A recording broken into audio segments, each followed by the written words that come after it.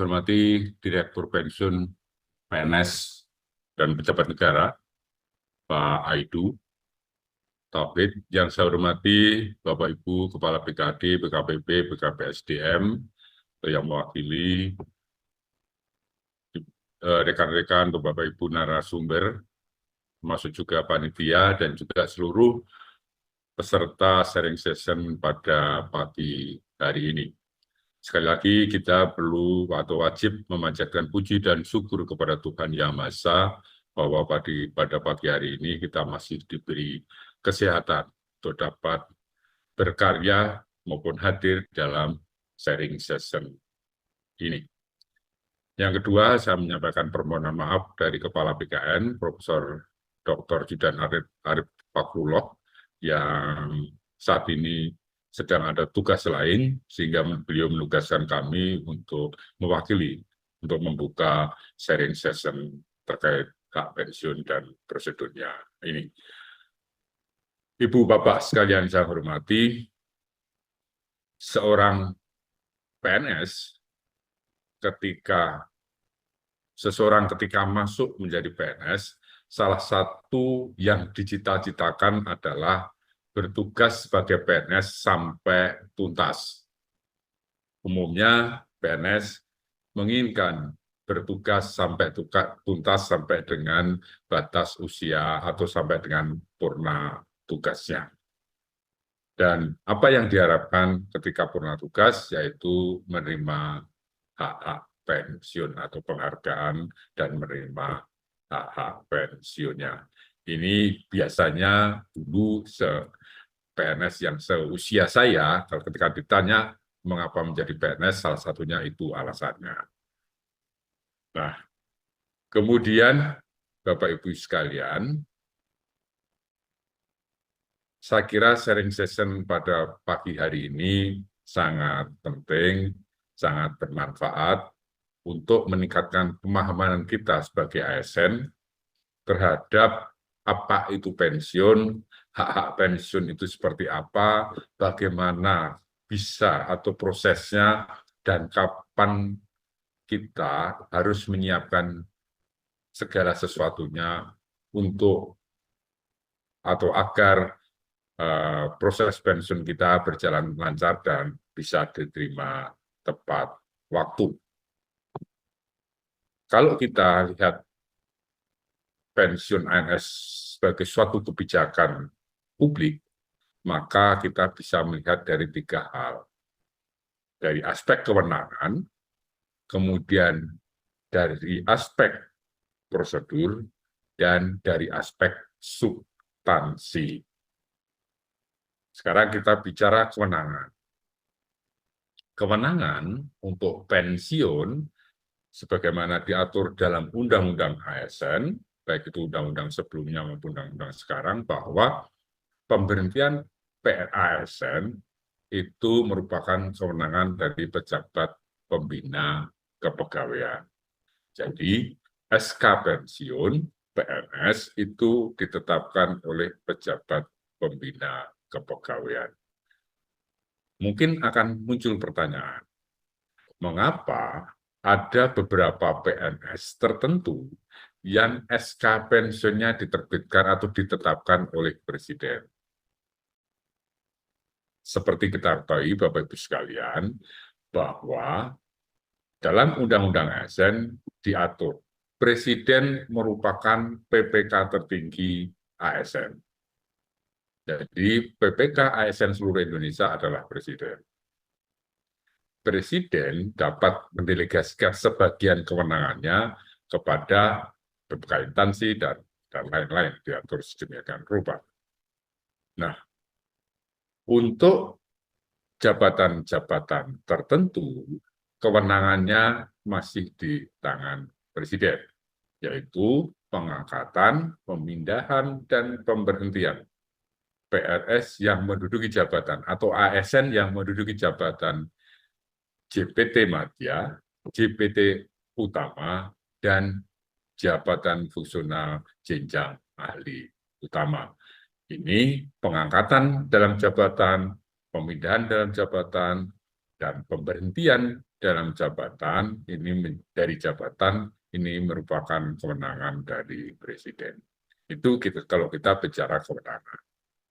Kemudian bagaimana prosedurnya untuk proses penetapan pensiun? Diatur dalam PP 11 tahun 2017 dan PP 17 tahun 2020 terkait dengan kewenangan pensiun. Di sana diatur bahwa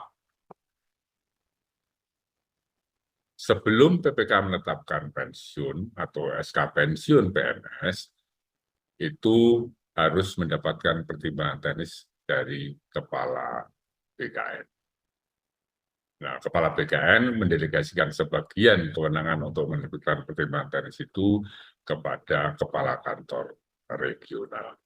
Ini kewenangannya. Jadi dari instansi mengusulkan atau unit kerja mengusulkan, OPD mengusulkan ke unit pengelola kepegawaian, kemudian PPK melalui unit pengelola kepegawaian atau pejabat pengelola kepegawaian menyampaikan kepada Kepala BKN atau Kepala Kantor Regional BKN usul penetapan pertimbangan teknis pensiun.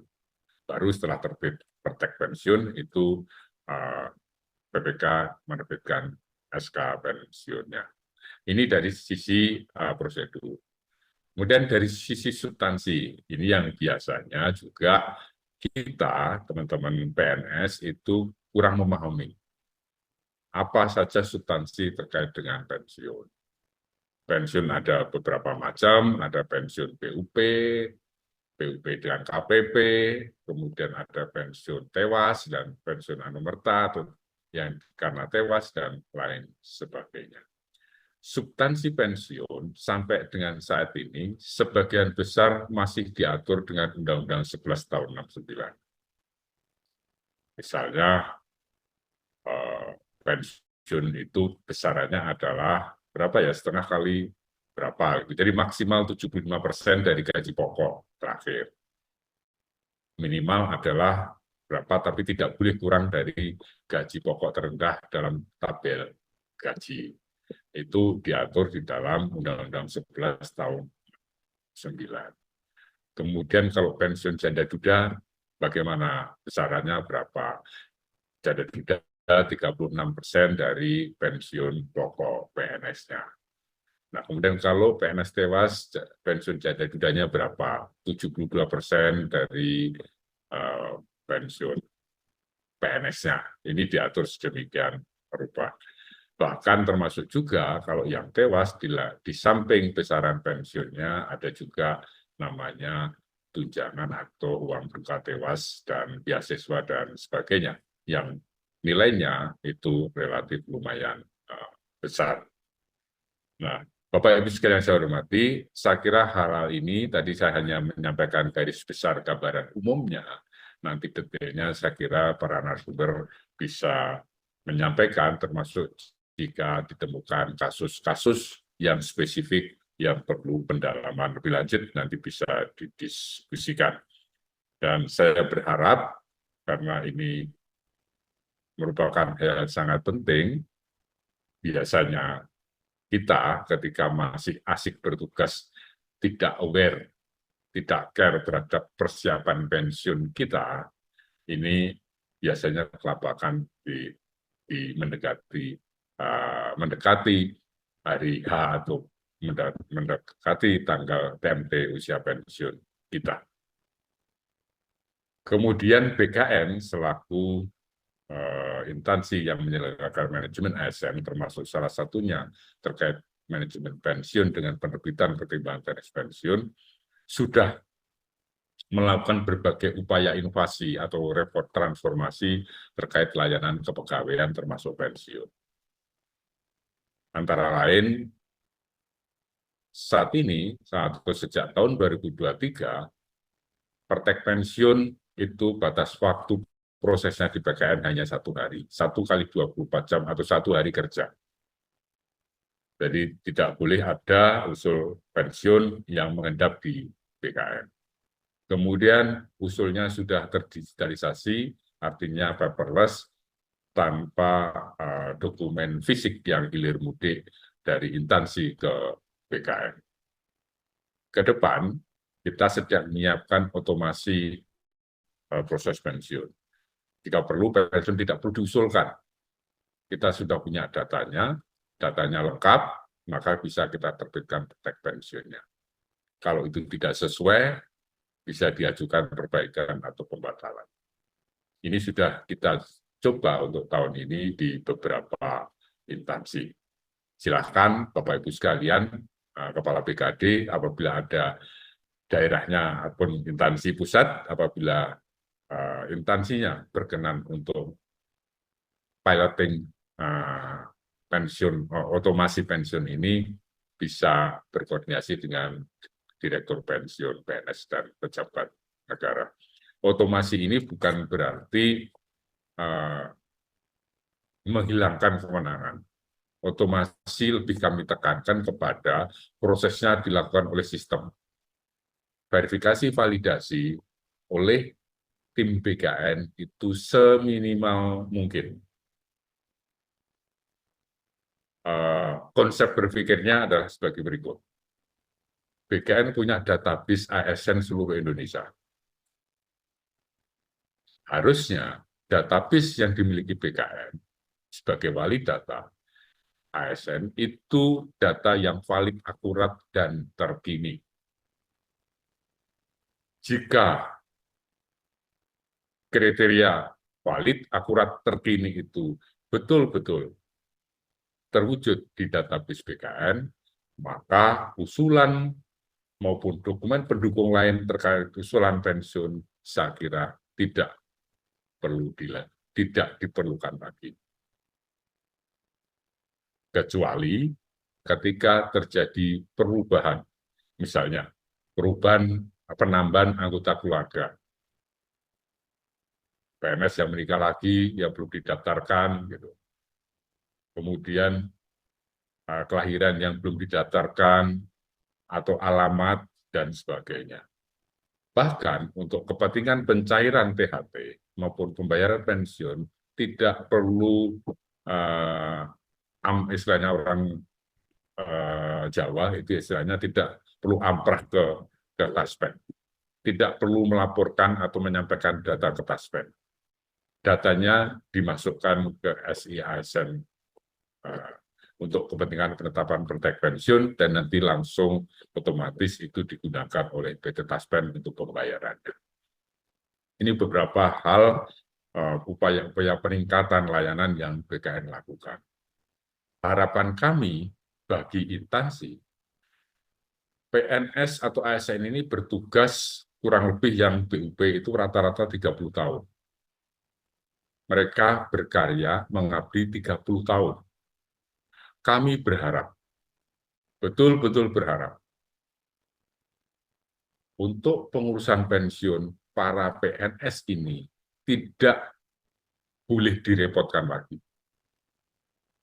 Kalau perlu, tidak perlu mengurus apapun para PNS ini. Tahu-tahu SK pensiun terbit dengan tepat waktu, tepat isi, dan tepat sasarannya. Tidak perlu perbaikan lagi. Saya sangat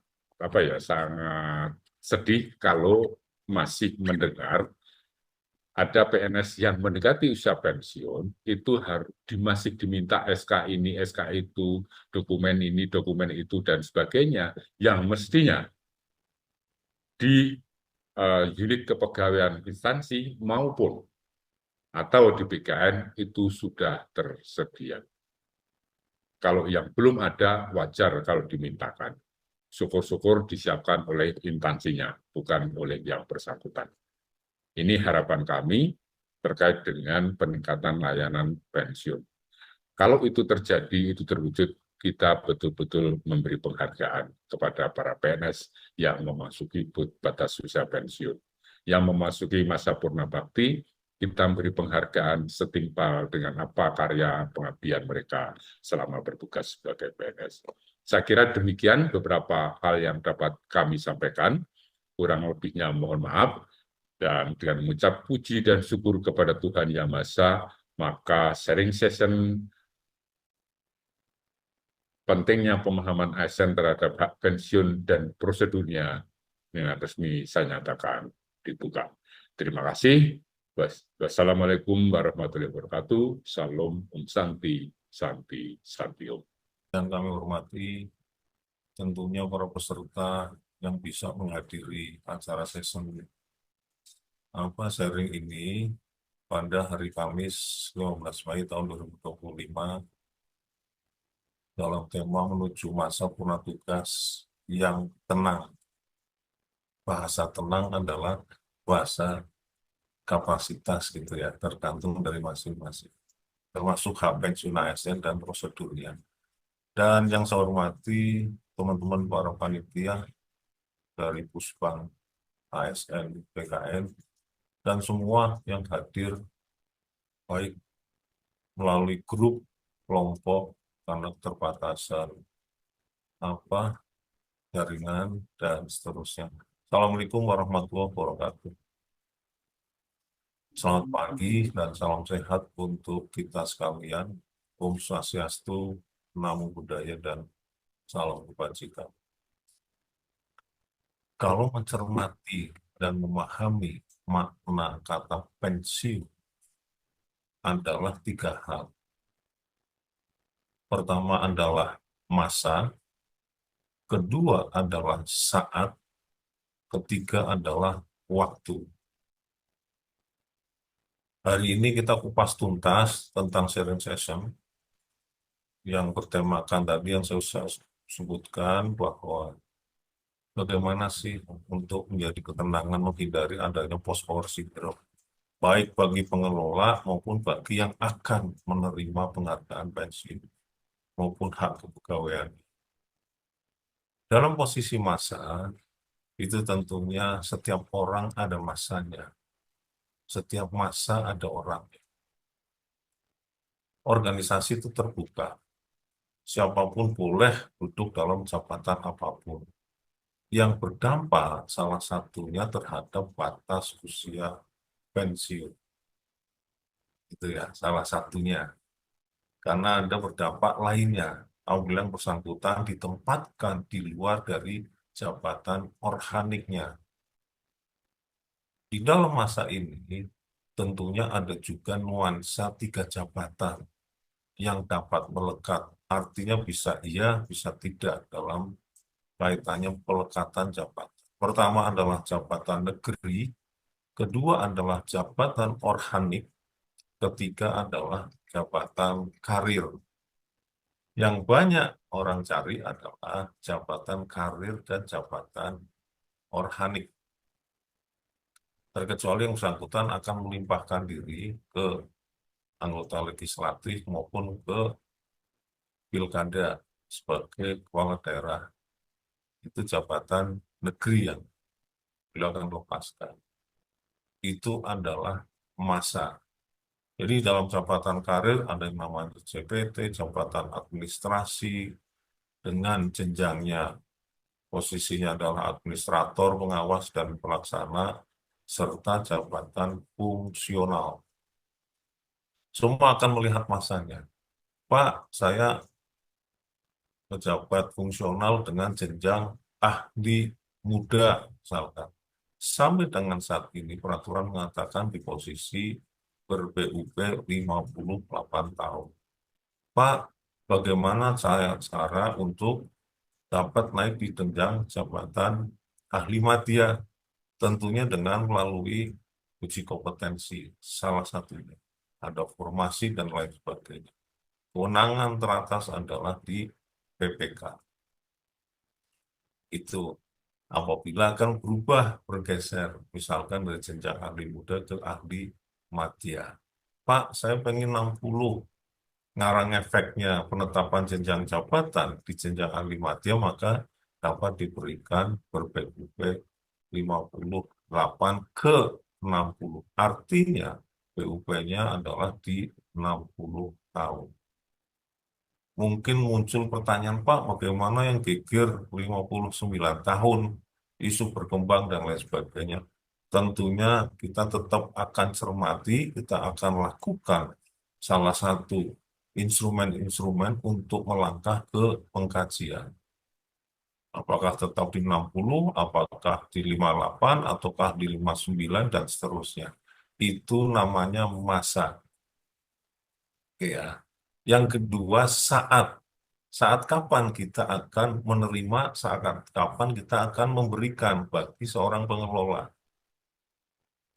Oke, jadi para calon penerima pensiun ini tinggal duduk manis, kita pengelola ada 3 yang perlu kita kerjakan. Perlu dengan kesabaran, kedua keikhlasan bekerja, ketiga adalah rasa syukur atas pekerjaan. Karena ada yang kita layani. Kadang ada sisi lain yang calon penerima pensiun tidak berkenan untuk menandatangani DPJP. Itu misalkan contoh. Itu ya, itu butuh tingkat kesabaran. Hari ini kupas tuntas semua dalam hal untuk ketenangan menuju masa purna tugas yang tenang. Oke, itu adalah saat kapan kita harus berbuat, saat kapan kita harus melihat ke belakang. Dalam posisi saat kita akan mencermati bahwa kita meninggalkan adanya 3T. Kita hindari dengan 3T. Yang pertama adalah tercecer, yang kedua adalah terselip, yang ketiga adalah tertinggal. Gitu ya, karena kita pelayan nih semua. Oke, itu adalah saat kapan. Nah, sekarang waktunya. Waktu itu kita perlu persiapkan sejak dini.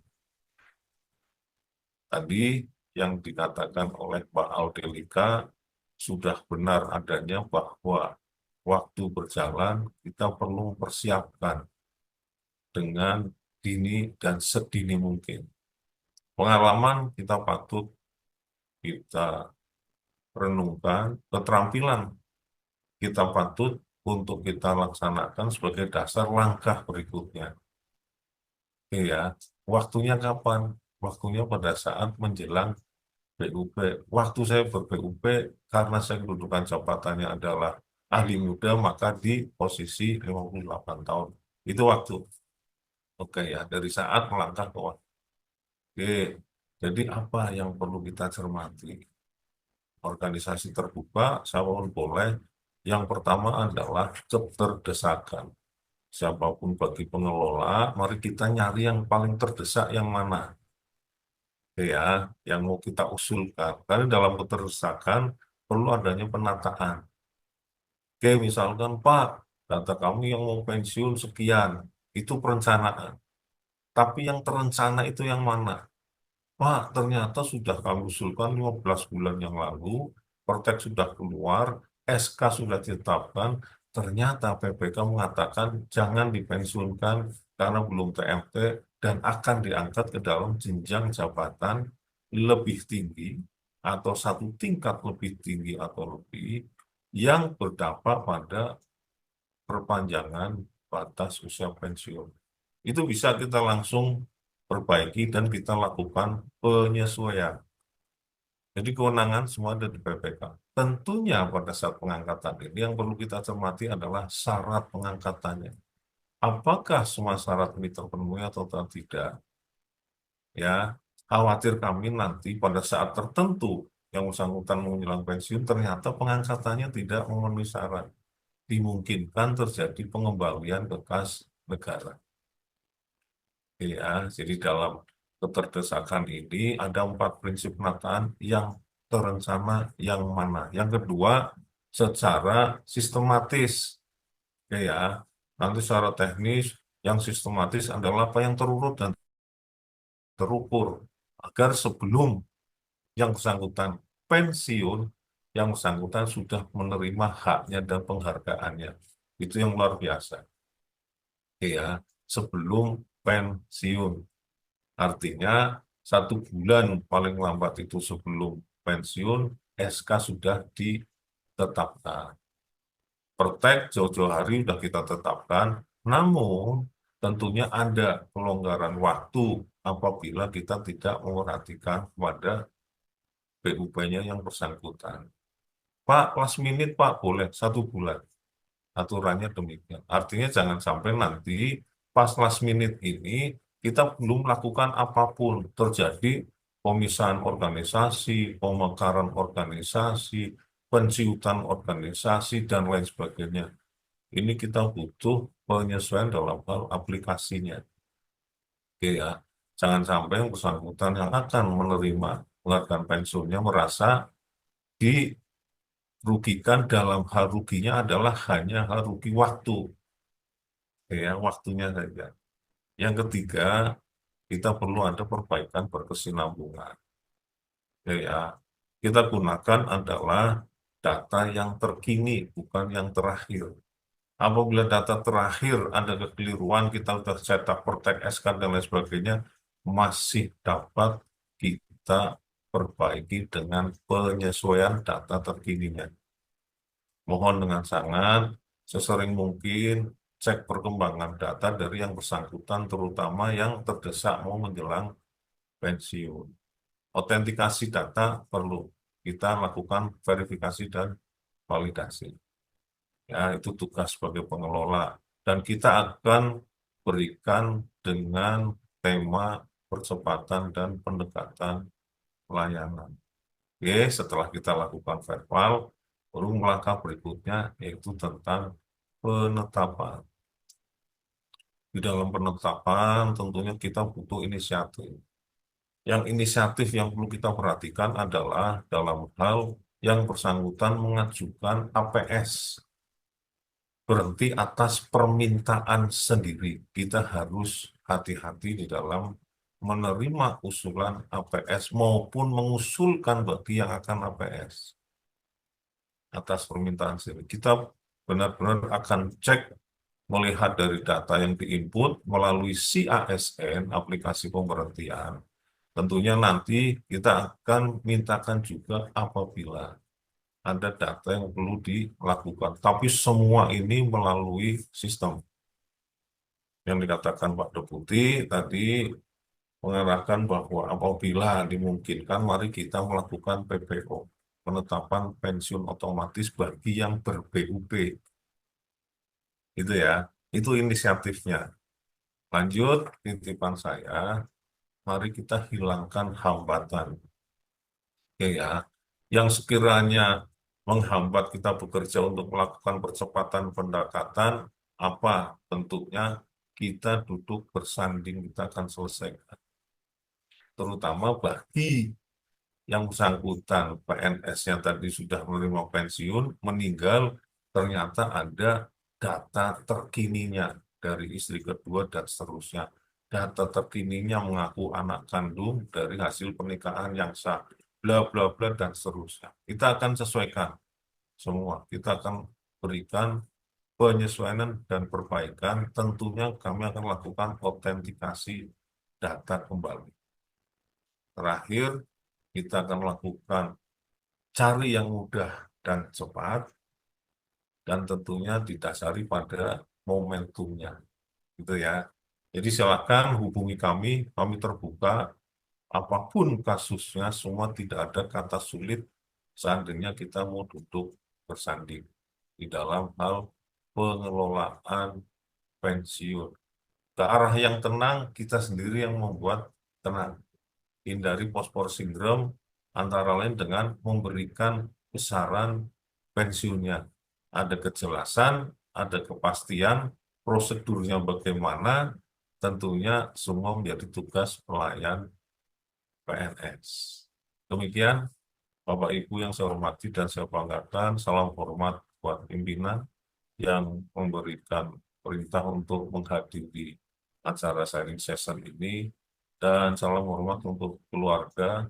Mohon maaf apabila ada hal yang kurang berkenan dalam perkataan ini, untuk dimaafkan, dan saya akhiri wabillahi taufiq wal hidayah. Assalamualaikum warahmatullahi wabarakatuh.